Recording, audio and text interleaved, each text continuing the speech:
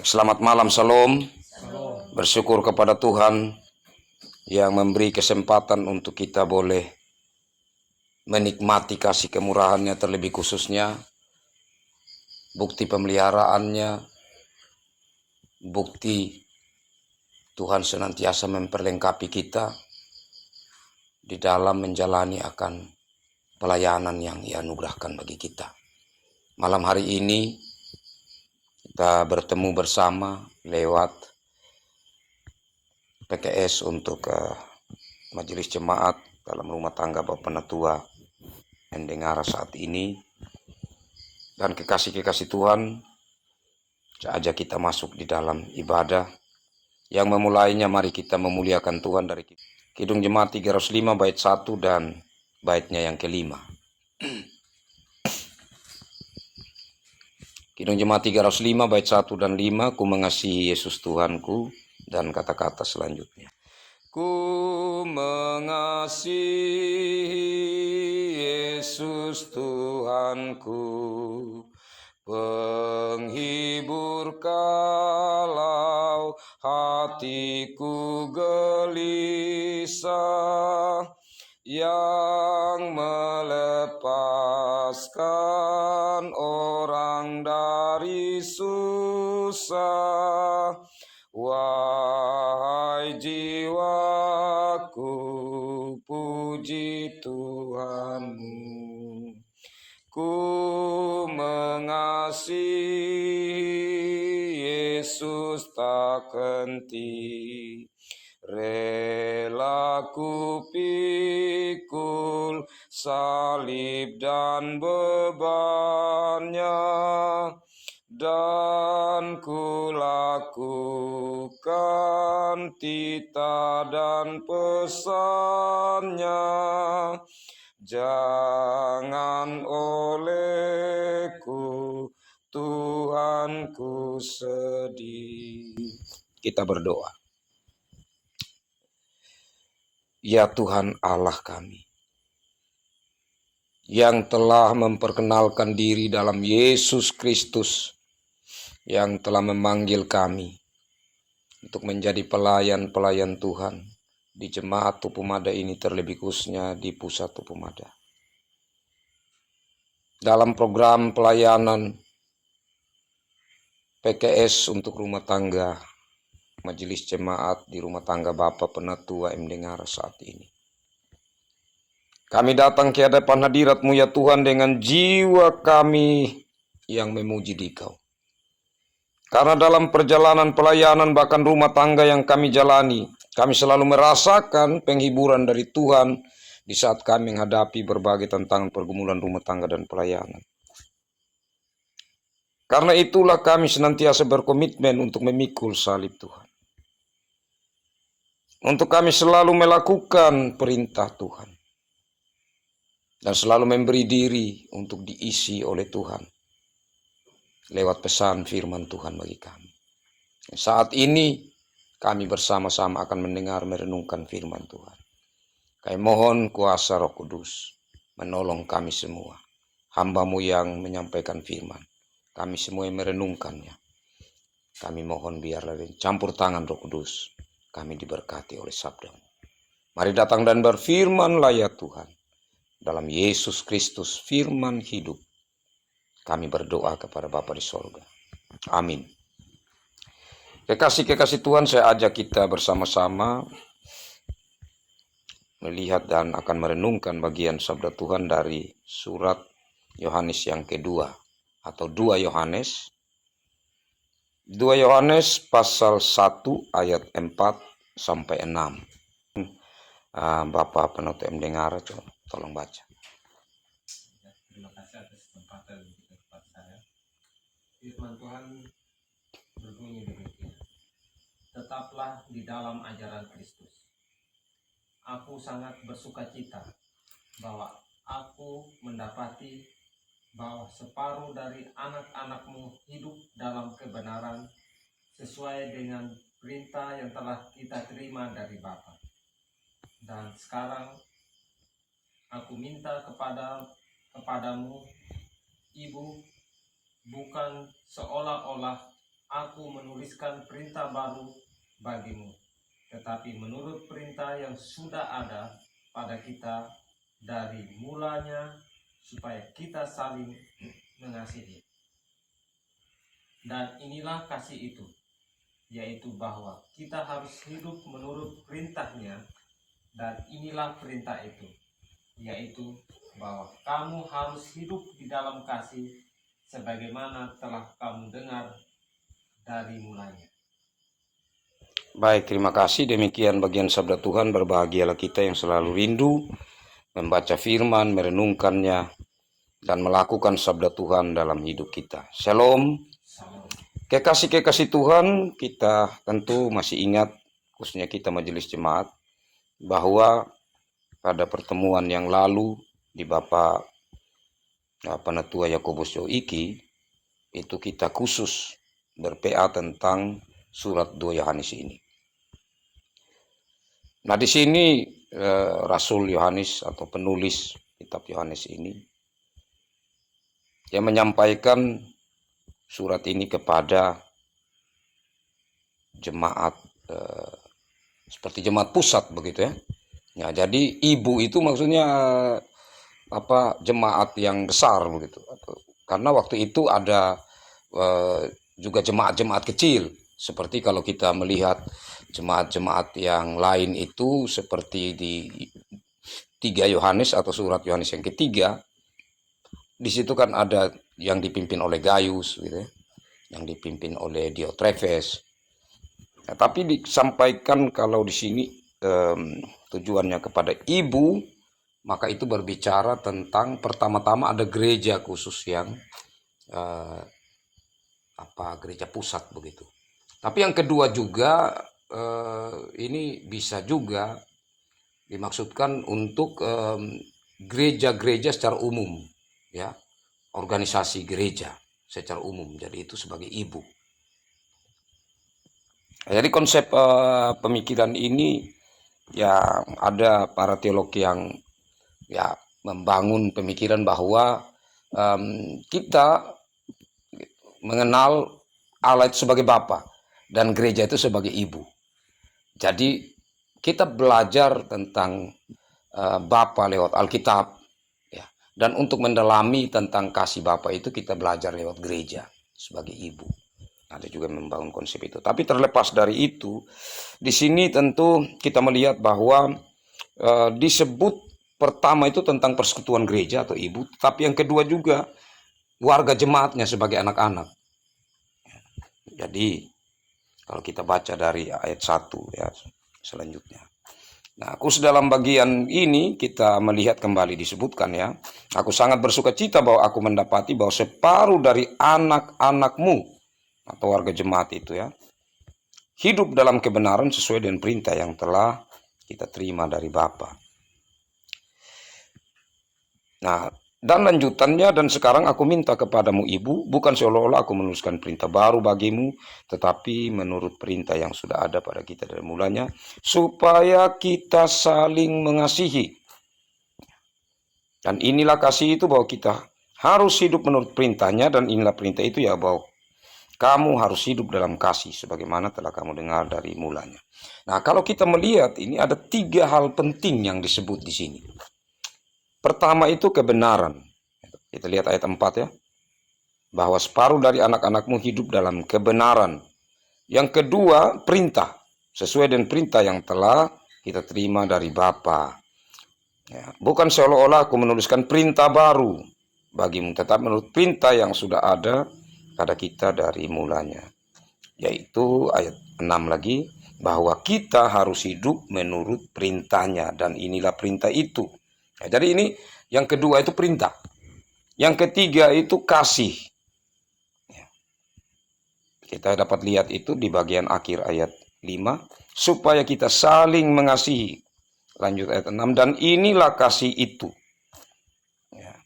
Lanjut ayat 6 berikut, yaitu bahwa kamu harus hidup di dalam kasih. Jadi ada 3 hal penting.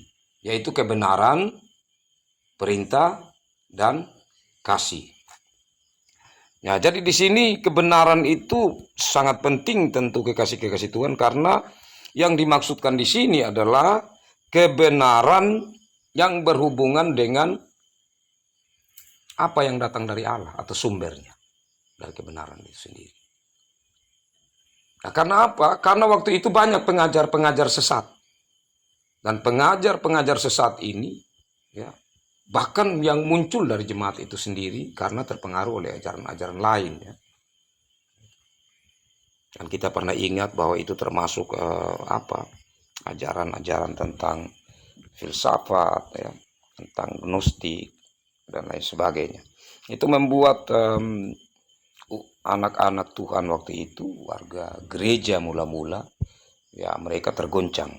Ya, tapi di sini dikatakan separuh dari anak-anakmu hidup dalam kebenaran, ya, sesuai dengan perintah yang telah kita terima dari Bapa. Jadi hidup dalam kebenaran itu adalah perintah dari Allah. Berarti kebenaran itu harus selalu diupayakan, harus selalu diselidiki, harus selalu didalami untuk kita benar-benar, ya, semakin memahami bahwa kebenaran ini, ya, apakah ini kebenaran yang dari Allah atau bukan?